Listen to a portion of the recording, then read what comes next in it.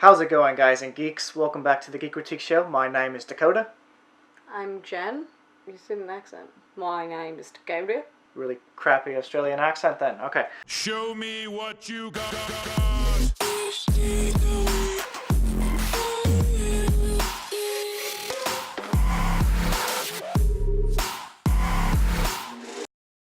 So, we have seen the first 3 episodes of Discovery, finally.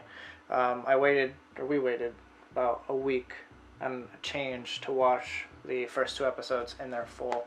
The first episode we actually tried watching on TV, but it was like super late, and the dog, Luna, she kept messing with the flow, so we just decided to watch it later. She really cramps our style sometimes. But it was not recorded. We were required to watch it on CBS All Access. So I caved. I got the 7-day free trial. I waited for the next week so that we would have 3 episodes free.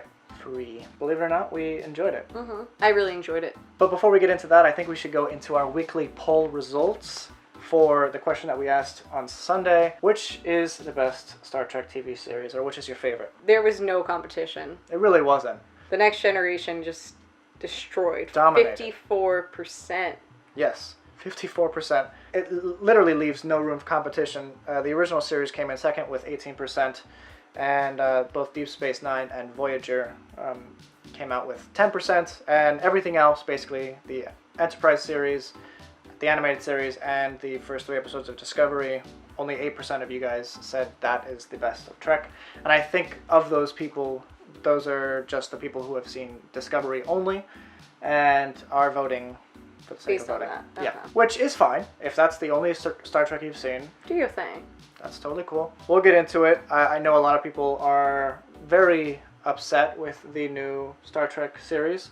I think a lot of the naysayers have kind of about-faced a little bit. I think a lot of people are very surprised by how well it actually turned out. There are some things that people didn't like about it. That are different. That are a lot different. The most notable, I think, besides the fact that the Klingons have a new look, is the fact that 10 years before the Romulans had a cloaking device, the Klingons now appear to have a cloaking device for one of their ships. I think that'll be explained. Yeah, I think so too. I mean, I don't have a problem with it. they've done fairly good at keeping their canon going strong. Right. I don't think they're just going to come in and mess it all about now. That'd be kind of silly.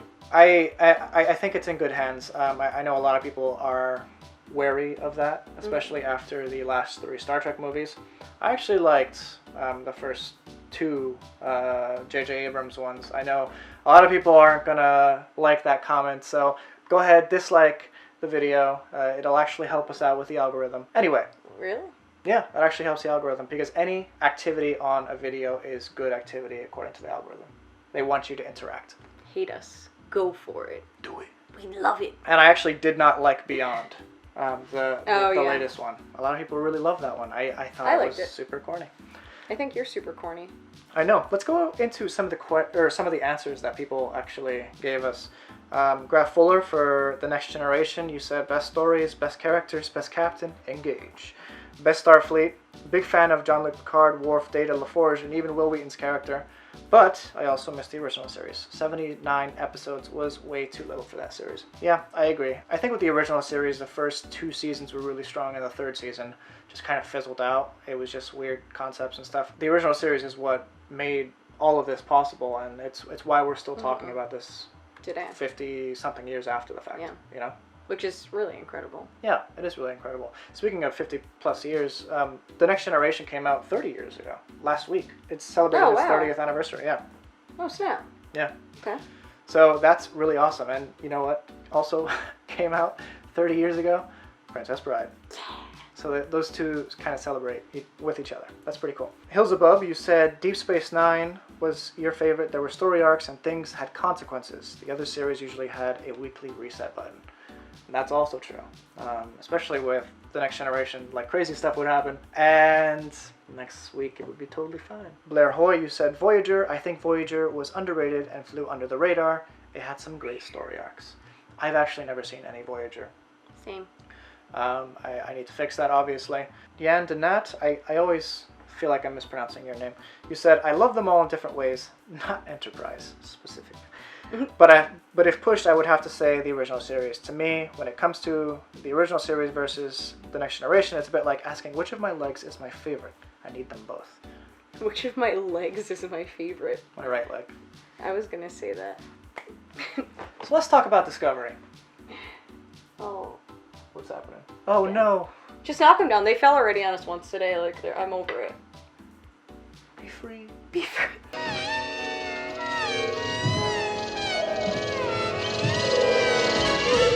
So this is going to be partial spoilers. So if you guys haven't seen the first 3 episodes, be wary. We have a loose tongue, and it's very difficult for us to talk non-spoilers without getting into details. Yeah, we get too hyped. There are some things that were a little too on the nose for me throughout much of the first 3 episodes, specifically the introduction to the series, which was just kind of an introduction to Captain Giorgio and First Officer Michael Burnham. Yeah, I think that's what their names are. I'm still not used to them, especially Giorgio, because she's... Anyway. Yeah, I thought that was pretty cheese. Like, the first time we started to watch it, like, Luna was acting up, there was a bunch of stuff going on, and after I saw that, I was just like, no mood for this. She made a perfect Starfleet Delta. Like, what kind of inner map does she have to do that? It was cringe. It was like perfect. There was like nothing wrong with it at all. Like, she didn't waver at all. It was just like a perfect curve. And you would think that, like, Michael Burnham would have realized, like, this is a sharp turn. Oh, this is another sharp turn. Oh, okay. Yeah. But anyway. No, she was just like, we're lost. Yeah. You took us in a circle.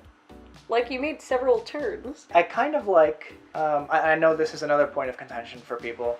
It's very cinematic. You don't really get a good look at the main deck of the ship where, you know, the captain's sitting and all that. There's no widescreen shots in this opening, especially within the ships, because it's all very close up. Yeah, that's true. You do get a little lens flare, so they did take a little bit from JJ. JJ. I kind of really enjoyed the cinematic feel to it. It really felt like they were putting their all into this. Now, would I like to see how the actual sets look, which is part of the iconography of Star Trek? Yeah. Of course I would. And I think we will on Eventually. the Discovery. Yeah, that's true. They're not on the ship that the show is about yet, so maybe that's why they're not focusing on it there. Those parts were more about the characters. I will say that on the Discovery, the scenes that we have seen so far, which is Michael's quarters with the other girl, I forget her name. She's a redhead. I forget. We've seen her quarters, and we've seen some of the science rooms, the little science operation areas that they have done in the Discovery ship, which we'll talk a little bit more of later. But I kind of found that a little ugly, you know? Oh, really? I didn't. Yeah? Okay. Well, I personally, I didn't think it was... I thought it was very clean. Okay. Cut. Clean cut. They felt like classrooms with no windows to me. Like dark lit classrooms with no windows. Yeah, I guess I hadn't really put that much thought into it. What did you think of the first 2 episodes in particular, Jen? Because I know you were saying, like, it's so much so early on. Well, to me, like, the first episode, there's just so much that happens, like, which it's not a bad thing, but it's clear that they were trying to get us hooked right at the start, so that we didn't cancel our subscriptions right after the trial. But it was really good. I liked it a lot. I thought there was a lot of character depth, but just, like, so much happens. Like, so many people that you're going to be, that you're thinking are going to be bigger players kind of aren't bigger players. In general, you learn a lot about Michael very quickly. You know? I agree. Yeah, I agree. I really liked the way that we kind of learn about her through, you know, her being raised as a Vulcan and seeing that inner war between her of her humanity, but then the principles that she was raised with.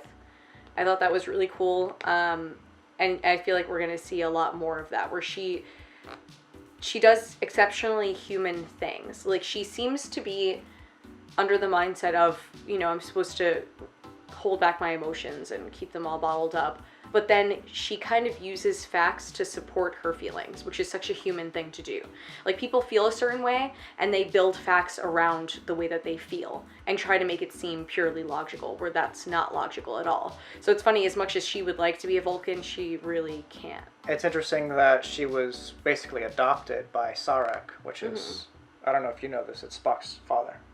Yeah, I knew that. She knew it. Well, I knew something. Hey. they have said that they're not going to be bringing in Spock in this series. I don't know how close they're going to stick to that, especially because 10 years before the original series, I feel like they have a little wiggle room to play with that character, especially because he ages a little slower than humans. Unfortunately, Leonard Nimoy has passed away recently.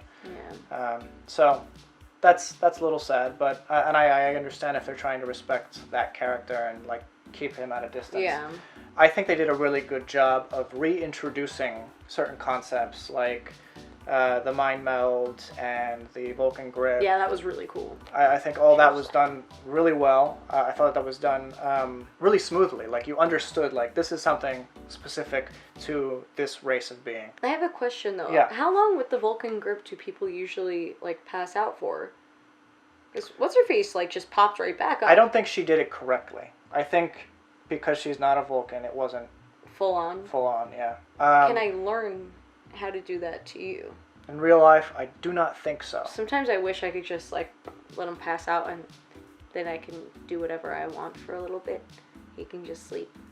I can get the whole TV without him playing Destiny, the whole computer. Without me having to edit. Anyway, also, the Klingons. That's another point of contention. We've already mentioned that. I like the way that they look. And a lot of people, I said that in the trailer reaction, and people were losing their marbles.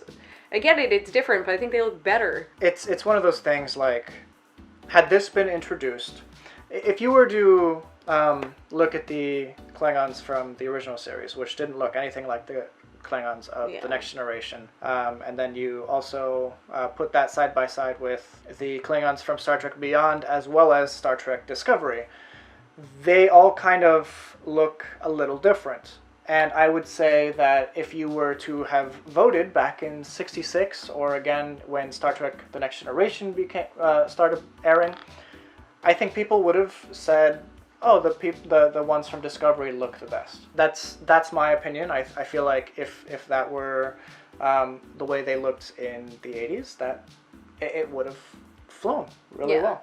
Dakota did make a good point when we were running the other day that their fake teeth are kind of a problem. Yeah, they kind of sounded like they were speaking Klingon with marbles in their mouth. And it just sounded really garbled instead of very, like...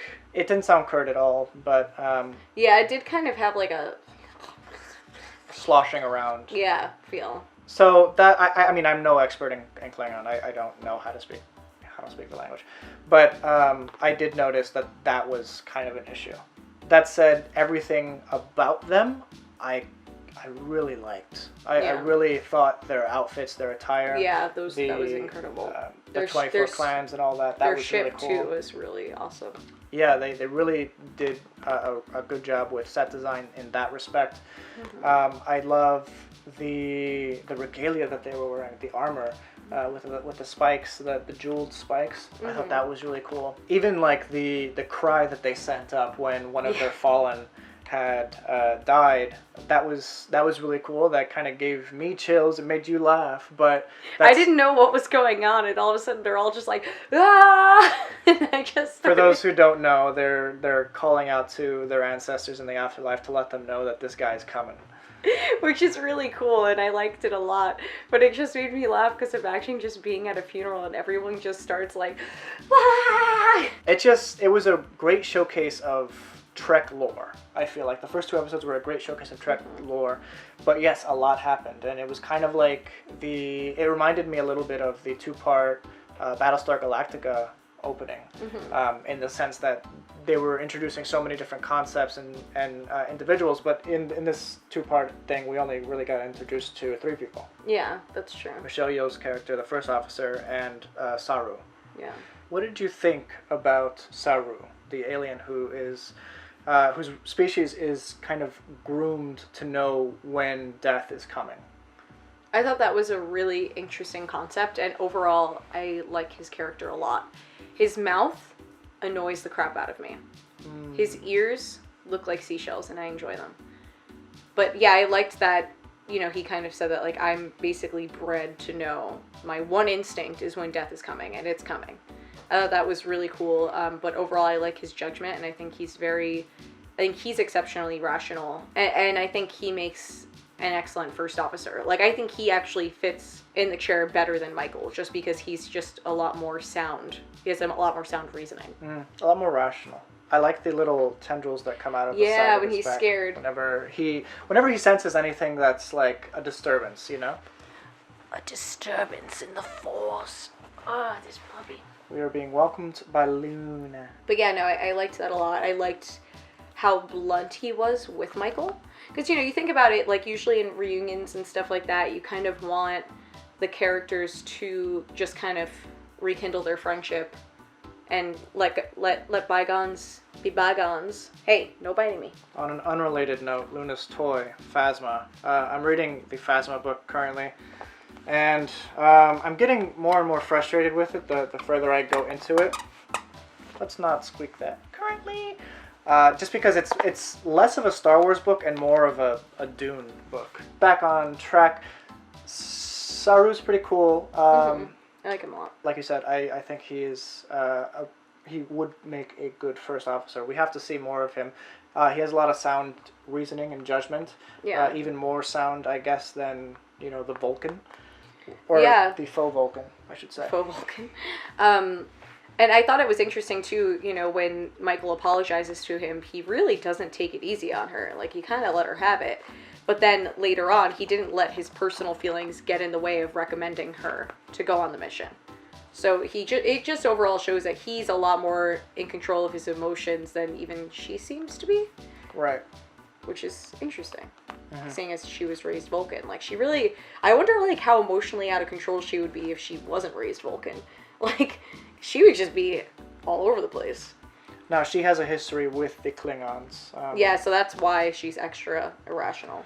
I really enjoyed the way they did the space battles. How they got pretty much all of Starfleet to go against all of the 24 Klingon clans. That was so cool. Yeah. They did that super well. It gave me chills. I was on the edge of my seat, and I'm very rarely on the edge of my seat for anything. That's true. Like big like that. So that's awesome. One thing that I particularly enjoyed was when she was, like, locked up the first time around, like, you know, during that battle, the way that she convinced the computer to let her out. Yeah. And that's kind of what I meant before when I was saying, like, she'll build facts around what she wants to happen. She can kind of use facts to convince the computers, and including herself, that this is the right thing to do. Right. She's out. She's out. Let's stop talking about the first two episodes and start talking a little bit about what we're actually going to be seeing from the series, which is the Discovery Dwight ship. Schrute. Rainn Wilson. He's going to be playing Harry Mudd, which fans of the original series will know, of the character anyway. We haven't seen Rainn Wilson yet, so that's just in kind of like the next time trailers. That's been, he's showed up. But we did get Jason Isaacs, which is the captain of the ship, Captain Lorca, yeah.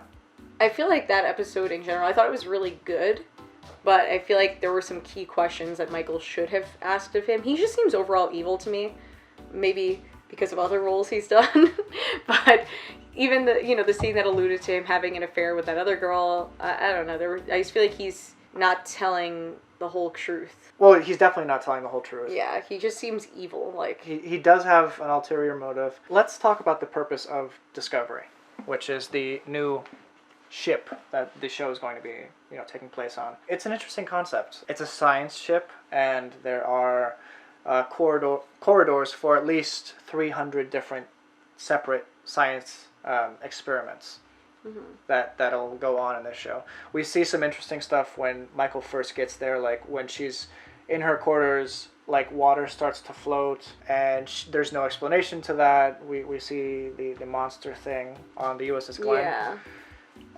We see... Which there isn't really an explanation to, like, what his deal is. Right. And that's kind of the key question, like, that Michael didn't ask. You know, he kind of explained his research and, you know, what was going on, and completely omitted the giant murderous monster from the situation, and she didn't even think, like, what is that and why is it on there, and I should probably ask you about it. Right. Like, we have no explanations, and I feel like that would be the first thing when I left that ship. Like, that thing tried to eat me. I had to run up an elevator shaft. But it didn't really eat people. It kind of like just mutilated them, and that was Yeah, really, that's even worse. That was disgusting. That was scary, and the one guy's mouth over here. Ugh. That actually we were eating, and I got super grossed out. And then there's the really curious science experiment with the glowing balls of light Yeah. that are floating around that will eventually give the not the Enterprise, but the Federation The ability to travel through space very quickly. instantaneously. And we saw a little glimpse of that, but interestingly, that is not touched upon in the future of Star Trek. And a lot of people also thought that this is a departure from the Prime canon. Yeah. And I don't think so. I think that guy's bad, so what he's working on will just be destroyed inevitably. the actor who plays the new captain says, just wait, there's a reason we haven't heard about it in the original series onward. Mm-hmm. It'll be explained. So I do have faith that these guys are adhering to what is canon pretty well. Mm-hmm. Obviously, the new tech looks new instead of what we would have seen in Star Trek, the original series and stuff like that. You kind of have to suspend your disbelief a little bit. Yeah. Especially as technology gets better in our real day age. We have to expect that with a new TV series, things are going to look a little different, even if it's not directly in line with each other. I can't criticize a show for that. Mm-hmm. You know, is there anything you didn't like? Well, I told you guys I didn't like Saru's mouth. I don't like... Those are minor quibbles, minor tribbles. I did like how there was a tribble on the commander's desk. I thought that was very cute, because I was like, what is that? I thought that was a little on the nose as well. I thought it was cute, because they're so cute. Tribbles and Klingons don't get along. So maybe that's how they'll win the war. Perhaps. I doubt it. But it's kind of just like a nod to fans. The captain has the answer right there on his desk. But he doesn't even know it. Doesn't know. Ooh. So there's that. Overall, I'm really surprised with the show. The quality of the writing is incredible. Yeah. The designs, the graphics, the costumes, they all look fantastic. Mm-hmm. And the acting has been above par. Yeah, exceptional. So far. I've really enjoyed the acting. I didn't mind the flashbacks, which is really rare for me. Dakota hates flashbacks. And I think the reason I hate flashbacks is because shows like Arrow will have half or 40% of their episode be a flashback and the rest in present day, and it kind of parallels. I hate that. Less than a minute of a flashback is all you need to set up how this character has grown, how this character is different from when she was as a kid. They did the flashbacks really, really well. Yeah. I usually enjoy flashbacks, so I have no opinion on that. What did you guys think of Star Trek Discovery? Have you seen, are you entirely caught up? I'm sorry if we spoiled anything in episode 3 if you guys aren't entirely caught up.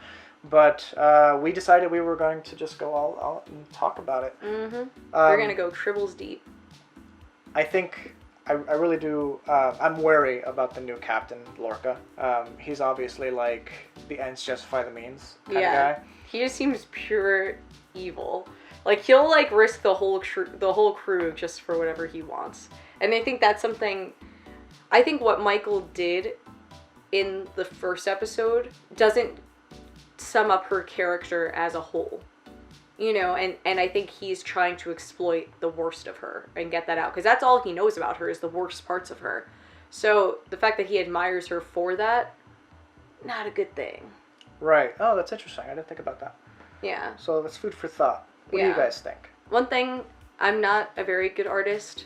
I'm just going to throw that out there and start with that. But I'm doing Inktober this month.